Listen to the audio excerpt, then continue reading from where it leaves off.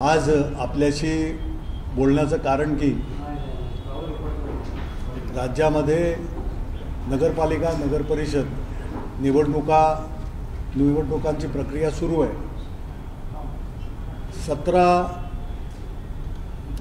17 November ही नामांकन अर्ज भरण्याची शेवटची तारीख होती। त्याप्रमाणे नामांकन अर्ज विविध पक्षांच्या माध्यमातून, विविध आघाड्यांच्या माध्यमातून आणि अपक्ष अशा प्रकारच्या उमेदवारांनी आपापले अर्ज भरले। दुपारी 3 वाजेपर्यंतची मुदत होती। राज्य निवडणूक आयोगाजवळ जी काही या निवडणूक प्रक्रियेसंदर्भात नामांकन अर्ज सादर करण्यासंदर्भात जे काही नियम आहेत त्याप्रमाणे त्यांची परिपत्रकं येत असतात। त्यामधल्या एका परिपत्रकानुसार जिथे पक्षाचा बी फॉर्म दिला जातो, म्हणजे जोडपत्र 2, त्या फॉर्म बी मध्ये एक उमेदवार म्हणून आपण 1, 2, 3च्या कॉलममध्ये उमेदवाराची सगळी माहिती असते, जो उमेदवार पक्षातर्फे प्राधिकृत केला जातो। आणि 5, 6, 7 या कॉलममध्ये जर त्या पक्षाच्या उमेदवाराबरोबर जर एखादा डमी उमेदवार आपल्याला द्यायचा असेल तर त्याची माहिती आपण त्या याच्यामध्ये भरतो। आणि त्या उमेदवाराच्या नामांकनासाठी जे काही नियम आहेत त्यामध्ये जर राजकीय पक्ष, जो राजकीय पक्ष तिथे प्राधिकृत असेल, तुमच्यावर रजिस्टर्ड असेल, रेकग्नाइज पॉलिटिकल पार्टी महाराष्ट्र राज्यामध्ये असेल, तर त्या डमी उमेदवाराच्या बरोबर तुम्हाला त्याच्या फॉर्ममध्ये एक सूचक लागतो। हे परिपत्रकसुद्धा त्यांचं होतं। त्याप्रमाणे 17 तारखेला सगळ्यांनी अर्ज भरले, जिथे जिथे डमी उमेदवार जिथे जिथे पाहिजे होते। कारण जर ओरिजिनल उमेदवाराला कुठचा प्रॉब्लेम झाला, पहिल्या याला हे केलेलं असेल तर दुसरा डमी उमेदवार येतो, हे सगळ्यांना कल्पना आहे, माहीत आहे।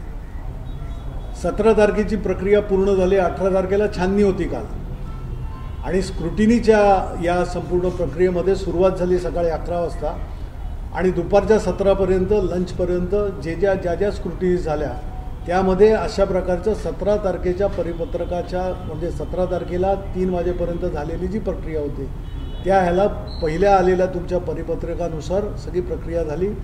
जिथे डमी उमेदवार होते तिथे पडताळून पाहण्यात आलं की त्या फॉर्मला एक सूचक आहे की नाही, आणि जिथे एक सूचक होता तिथे राजकीय पक्ष, जे रजिस्टर्ड राजकीय पक्ष आहेत, त्यांना त्यांचे छाननीमध्ये सर्व अर्ज हे स्वीकृत झाले।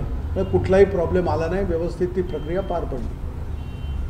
18 तारखेला म्हणजे कालच दुपारी 2:30 वाजता एक सर्क्युलर येतं, राज्य निवडणूक आयोगाचं एक परिपत्रक येतं। त्यामध्ये असं लिहिलेलं आहे की हे डमी उमेदवाराच्या संदर्भामध्ये जिथे डमी उमेदवार राजकीय पक्षांच्या ह्याच्यामध्ये टाकलेले आहेत, त्यांनी तिथे डमी उमेदवाराला प्रपोजर्स जे तिथे सूचक म्हणून असतात ते 1च्या ऐवजी 5 हवेत, 5 सूचक हवेत, आणि 5 सूचक नसतील तर त्या डमी उमेदवाराचं हे बाद होतं।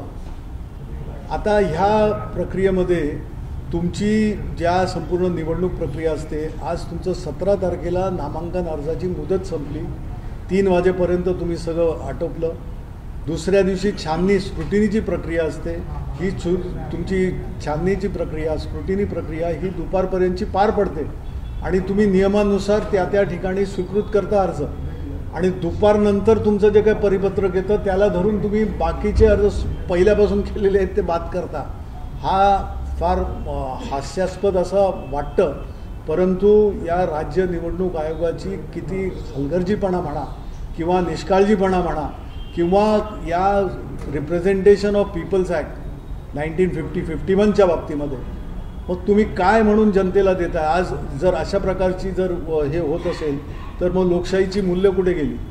आज लोकशाहीमध्ये, भारतासारख्या सशक्त लोकशाही देशामध्ये आज निवडणुकीची प्रक्रिया सगळ्यात सर्वोत्तम आणि महत्तम आपण धरलेली आहे।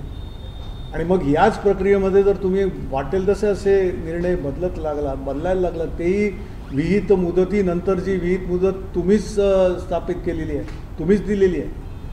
त्यामुळे याचं उत्तर हे निवडणूक आयोगाजवळ आम्ही मागितलं आहे। कारण तुम्ही या प्रक्रियेत अजून 2 दिवस मुदत मागे घेण्याची मुदत आहे, विड्रॉल।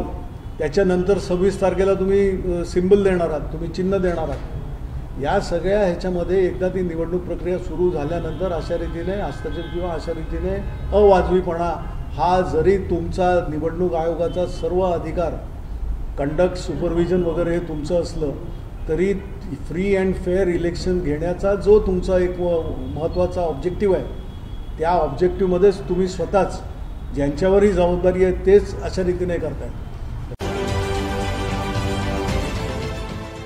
देश विदेशातील प्रत्येक घडामोडींचे लाईव्ह अपडेट मिळवण्यासाठी आता साम टीव्हीच्या सर्व सोशल मीडिया प्लॅटफॉर्मला लाईक, फॉलो आणि सबस्क्राईब करा. तसंच सर्व नोटिफिकेशनसाठी बेल आयकॉन प्रेस करायला विसरू नका.